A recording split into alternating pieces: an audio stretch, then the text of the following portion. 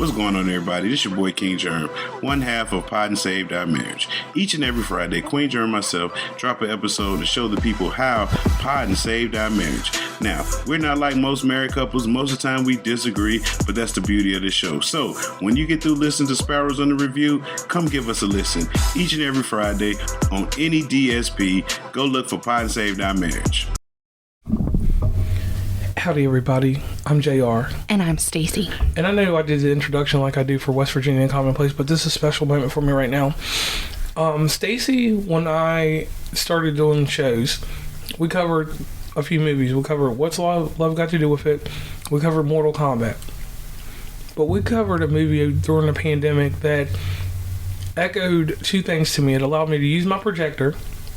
It allowed me to showcase what it's like to have a real movie release experience from your home. Because we had a movie experience with the very first movie that I want to talk about real fast. And that movie is Godzilla vs. King Kong. During the pandemic, there was not a rush to go to movie theaters. There was not a rush to go to all these places because... Well, they shut a lot of things down during the time that this came out, right? Yeah, and theaters were weird. Or at least when we were interested in watching it. Yeah, theaters were weird. The experience with that was you had to buy your ticket and you had to buy the exact seat and you had to sit in the exact seat. Right. And after I looked at all that technicality, which I am a scientist, I didn't want that shit in my life. Right. And we all know I'm a projector king. I love projectors. So we set this movie up. We were in, and this is crazy, we were in Ashland, Ohio.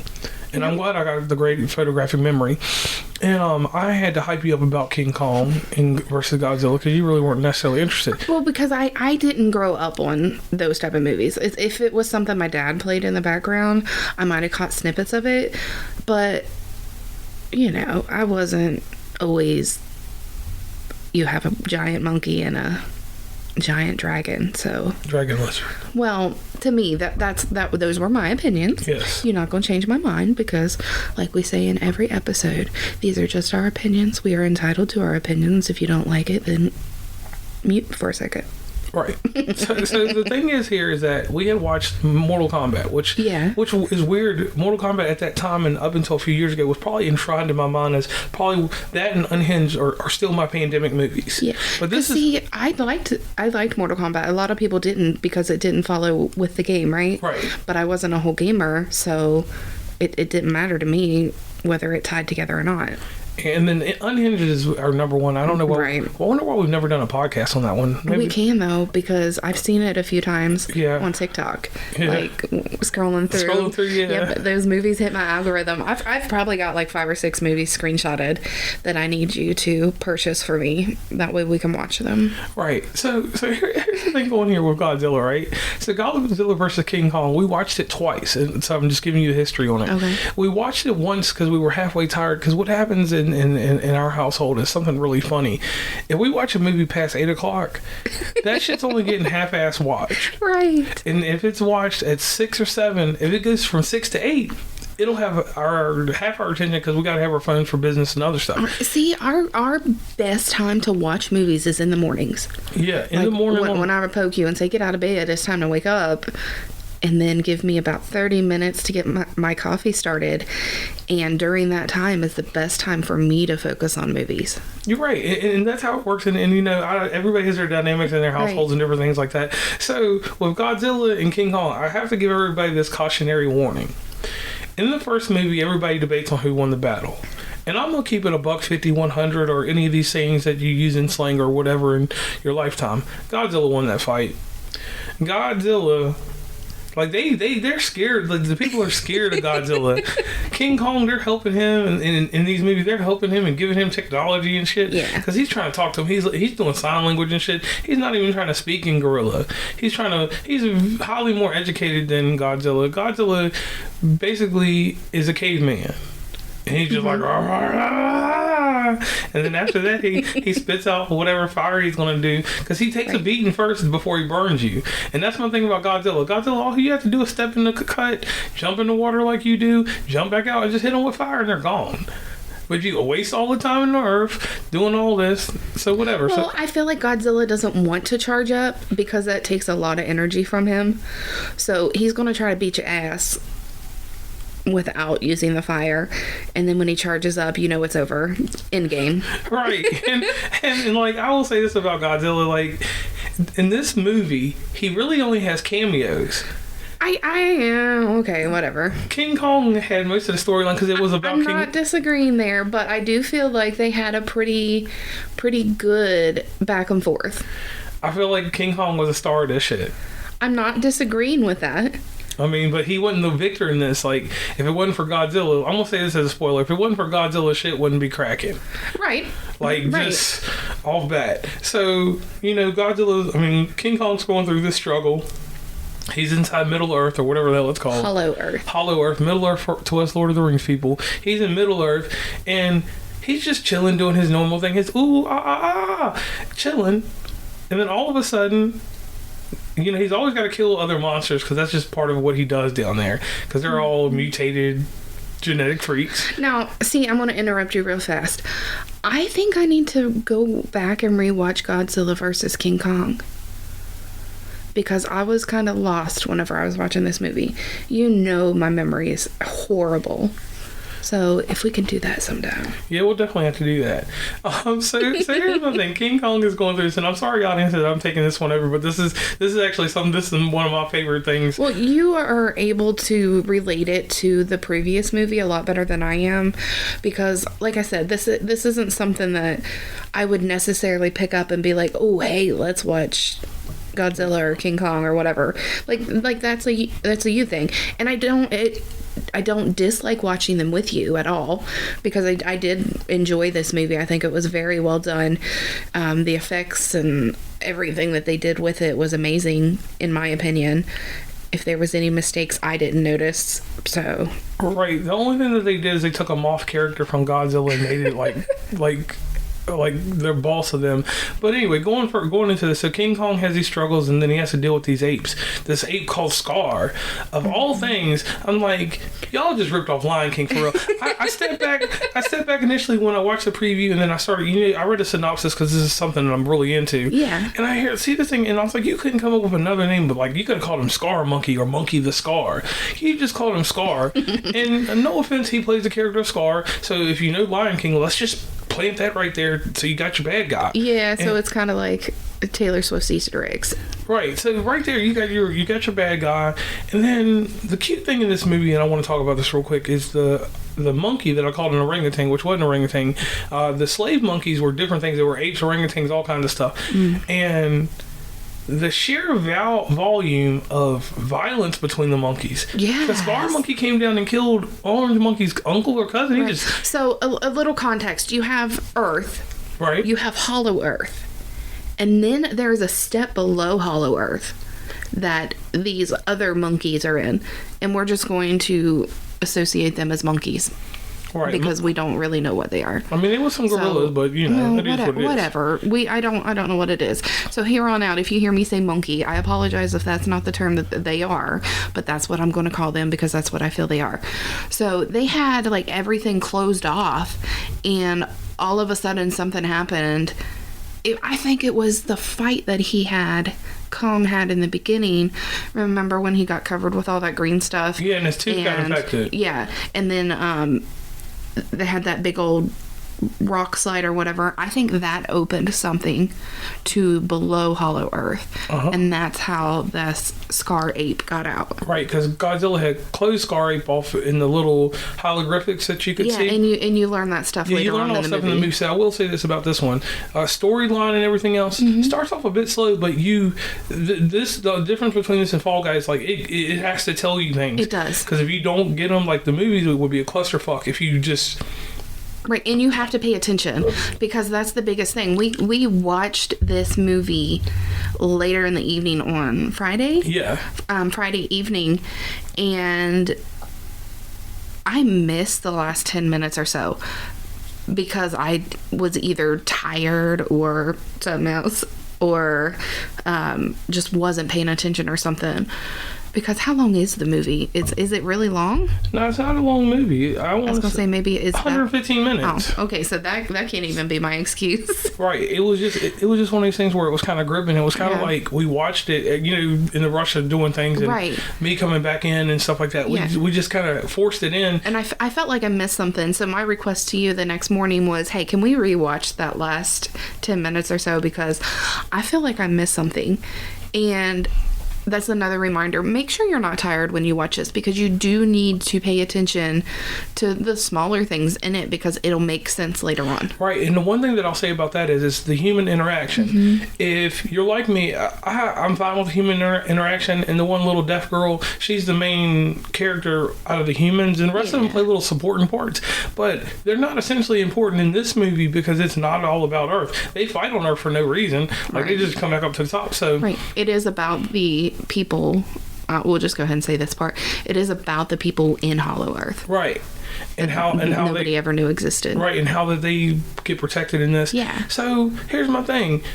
King Kong realizes he needs some help, so he comes back through the portal. He's like, ooh, no, you're wrong there. King Kong didn't realize he needed help. It was the little girl that said, we need help. Oh, I already said a little girl. Yeah, because she signed to him and said, we need help. And he was like, ooh. And it's like he's defeated. He's like, damn. Because I ain't gonna lie, the monkeys laid the smack down on them because they had a snow dragon in hell. They had a snow dragon in hell. Right. With a little... He looked like a knockoff version of Godzilla. Right. Like how Godzilla's fire... Oops, sorry, guys. Godzilla's fire, and this guy is ice. Snow dragon, dragon. And the monkey controls him with a crystal, some type of special crystal at the end of his chain. Yeah. And we'll get into that in a little bit later. So... Right. Yeah, so further on down the line, it's time for King Kong and Godzilla to see each other again. And Godzilla is not happy. That motherfucker, he was on the Rock of Gibraltar, and King Kong was in Egypt. And that's a lot of distance. If you don't know the area, I'm going to say it one more time. Gibraltar to Egypt. Okay. So, Godzilla's like, jumps off the hill into the water. He's tearing up a city just to get to Godzilla. Yeah. You don't hear any extra noise, but in the water, he's like, making that sound because he's because he's letting Godzilla, he's letting King Kong know it's on sight. And that means, for anybody that doesn't know, that means it's time to fight when I see you on sight. Right. So it kind of takes you back to the previous movie. It's like, listen, I banished you to the underground. What are you doing up here? Like, you need to... I'm ready to kill you now because you're encroaching on my territory. Is that the right word? And you see it from the beginning. Mm-hmm. Godzilla dogs the hell out of him. Like, he hits him with the Roman Reigns spear through the pyramid. And then, he's about to get his face stomped in King Kong. Mm-hmm. King Kong realizes he's got that supercharged arm now because the humans gave him a weapon. Because he got hurt by the scar ape. Yeah, the snow dragon froze his hand or something. Yeah. It made him get arthritis or some shit. He had the big old scratches. Like, it was... He basically got mauled and stuff, so they gave him a prosthetic. Yeah. And he had that enhancement. And then he starts laying into Godzilla. Yeah. And Godzilla's like, he don't want no more of it. So he just kind of lays back. And that's the only thing that I didn't like about this, because Godzilla doesn't go down like that. So Godzilla gets knocked the fuck out. King Kong is dragging him by his tail. What he doesn't know is that that Godzilla just chilling there because he just killed a monster a little bit before that. So he's got this new pink power. He went from blue to pink. And the everybody knows with Godzilla, and if you don't know, let me give you a quick history. Every time he's killing these other monsters, he's taking the radiation.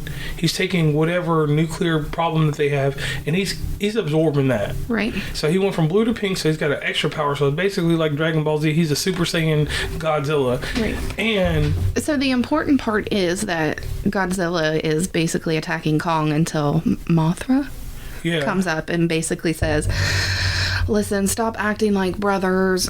We need you to come together as one to help these people, and Kong isn't here to attack you. You need to help him. And I feel like they do all that telepathy, so it's all open to perception. Right. If you don't think that's what's happening in that communication, that's fine, but that's what I think is happening in that communication. And I'll say this to add this in: she hits Godzilla with some of that Mothra power. And her sound is like a horse's chant, but not, it's like, y'all know I do different sound effects, but it's real spiritual, because whatever she does, like you said, it harmonizes them, and then they hop back in that hole, and then they look like something, what do you call it, like an asteroid. They come back to Middle Earth, or whatever that Earth is called. Hollow Earth. Yeah. They come back to Hollow Earth, and then that's I think they call it, it's just a portal, right? Right. And that's when the battle ensues. And then from that point on, that battle returns back to Earth. And when it comes back to Earth, there's a bunch of different plot twists that you can watch when you watch this movie. Right. And the movie ends in a good manner, because Godzilla just goes inside some type of peace in Rome, and he fucking just goes to sleep. Well, see, isn't that where... And I could be wrong, because, like I said, I don't remember a whole lot of the previous movie. Isn't that just where he hangs out until there's danger? Like, he just chills out in there and just sleeps the entire time? No, kind of like he's hibernating? He pretty much sleeps anywhere. Oh, okay. Because, see, I don't know why, like, I feel like that was an important piece, because he kept going back to it, and he would only come out when they sent those signals. Because remember, the people down in Hollow Earth were sending signals out for help, and Godzilla was, like... hearing those, so he would find these monsters and take care of them, and that's where he was gaining his extra power and stuff, and then he'd just go back there and chill out until the next thing happened. Right. So, and that's the one thing I'll say about Godzilla. Godzilla was always on some chill shit. He really wasn't trying to hurt nobody. Right. I feel like he was a protector. And the odd thing is that as powerful as he is, they kept him on Earth. Yeah. They didn't put him down in the bottom, so that's one thing I'll have to research. I don't think that he would have stayed down there. Like, he would have just killed everybody. Like, listen, I ain't doing this shit. I'm going on top of the surface. Because the one thing I will say about Godzilla throughout the whole thing, like, he was nice to them, but he wasn't friendly. Right. Godzilla was on some shit. Right. It's not like a whole Kong thing where you have the communication. Yeah. So with that one, I'll say, like, that was a good movie there. Now here's the difference in this and Fall Guy. The reason that this gets into my top 100, well, my collection ain't gonna make my top 100, because Godzilla vs. King Kong makes my top 100. This is where this one sticks with me.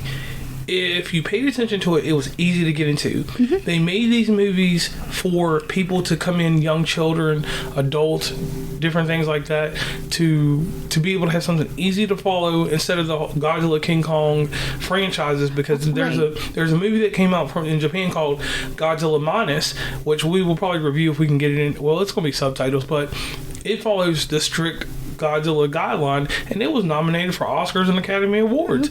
This movie obviously not, because it's more Americanized, but there's a difference in the things, and if you don't want to go to that hardcore Godzilla, you have something like this that's easy to get in and out of. There's 5 movies in this whole series, which I don't know all 5 of them, because to be honest, I only know, I do know all of them. And that's here's my take from this movie. This is one that you can watch without knowing a whole lot of what's going on in the previous movies, but it's also one that when you watch it, it makes you want to watch those other stuff. Like, I want to go back to the beginning and watch them, because I'm that interested. Like, do they have shows like that show you what each of these monsters are that he's fighting? Like, does it give any of that type of thing? Not in the reboot on the MonsterVerse, but if you go back and watch all them, because you got to think Godzilla and King Kong are from the 1920s and 30s, right? So they have stuff that leads up. But I do want to do this interesting thing real quick, if you don't mind, about the MonsterVerse, because I didn't know this. If you want to know about the MonsterVerse, to get your take on Godzilla, there was a movie released in 2014 just called Godzilla. The next movie is called Kong Skull Island, which was released in 2017. And they go along like with this. Yeah, they go along with this. Okay. Yeah, Godzilla King of the Monsters, which came out in 2019, which is odd because, well, I don't know why I missed that, but I think King of the Monsters may be something that may tie more into the monsters, which we'll have to dig into later if we choose to. Godzilla vs. King Kong came out in 2021, and Godzilla times Kong, The New Empire came out in 2024. So you see they got a little series going there. So it'd be something that, like, I hate to say this, but, we don't have that Twilight effect. We don't have that Harry Potter stuff going on anymore right now. You don't have series that you can just dive into. Right. So I would say, as a person that, knows this now, I'm going to go back at some point point in time and watch the movie so that we can get a better understanding. I would like to do that. Yeah, and Like, even if we don't start back with the fresh ones, but if we at least start with this set of yeah, because set I'm of never films, going back to yeah. watch the old ones. That's too many I of mean, them. you never know. And you know, It all depends on what the people want. yeah. So if you want JR to go back all the way to the beginning and start watching them, and we can just talk it all out, make sure you let him know. And you can do that by sending us a message on Instagram, or you can also send him an email at sparrowsunderreview@gmail.com. You can also reach him on wvuncommonplace@gmail.com. Yes, you can. So I'll sum this up. This movie fits good for what I wanted to do. Mm-hmm. It's a great tool that I can use to show how Godzilla and King Kong interact, and how, if you ever watch the 1936 movie, you'll just be like, oh God, which that will be something I will bring up sometime in the future. And this is something that you can actually tie into Halloween, because they're scary characters. It's something you can watch there. You can dress up like Godzilla, King Kong, so it gives kids something to do. Okay, so to sum everything up, they do have talks of a sequel, which is pretty exciting. And one thing we haven't talked about lately, let's talk about these numbers. Their budget, 135 to 150 million was their budget. Okay. Have you seen what their box office was? I haven't seen what their box office is, but generally, well, let me just say this about the Godzilla versus King Kong. Godzilla versus King Kong did numbers in both places. I don't know what it was, but usually these movies do triple or quadruple what they do, because... So do you have that in front of you, or no? Like, I don't want you to search for it, but do you have it I see it right now. Okay. Yeah. So $564.7 million in the box office, according to Wikipedia. And you guys can find all of this stuff on there. So right. So with that one, you know, like I said, you just talking about how they did the movies and how everything plays out. Yeah. I just want to skip back over to this right here, Godzilla King Kong. The movie before this, because we'll just call it the first movie in this type of series. Yeah. 155, 200 million to make, 470 million made during the pandemic, which that was a record, because no movie was making money like that. Right. So it warranted its sequel. I would love to see another one come out of this. Yep. I'm glad that this was kind of crazy, because little trick here about Godzilla versus King Kong. The first movie, that was the 36th movie in the Godzilla franchise and the 12th film in the King Kong series. And so if you do that with this, you know that this new movie is the 37th and the 13th in King Kong, so you can tell Godzilla's had a long life. Right. And King Kong just has lived sporadically. So on that note, I want to say this to everybody. Encourage everyone to watch whatever you want. But if you got a chance and it's a series and you want something that's going to be a dive, something that's going to take time, if you need something beyond watching television series, you got a movie series right here that you can watch, that as long as you follow the narrative and you don't indulge too much into the human interaction. The human interaction is what messed me up with this. I watched too much of it and I fell short. Okay. And that's what happened in this movie. I was so keen on, why are the humans doing this, and that? And it wasn't even about them. It was about King Kong and him getting his power. So on that note, But he wouldn't have got his power, aka the prosthetic, if it wasn't for the humans. Right. So the humans play a part. I give them that. Okay. But on that note, I'm JR. And I'm Stacey.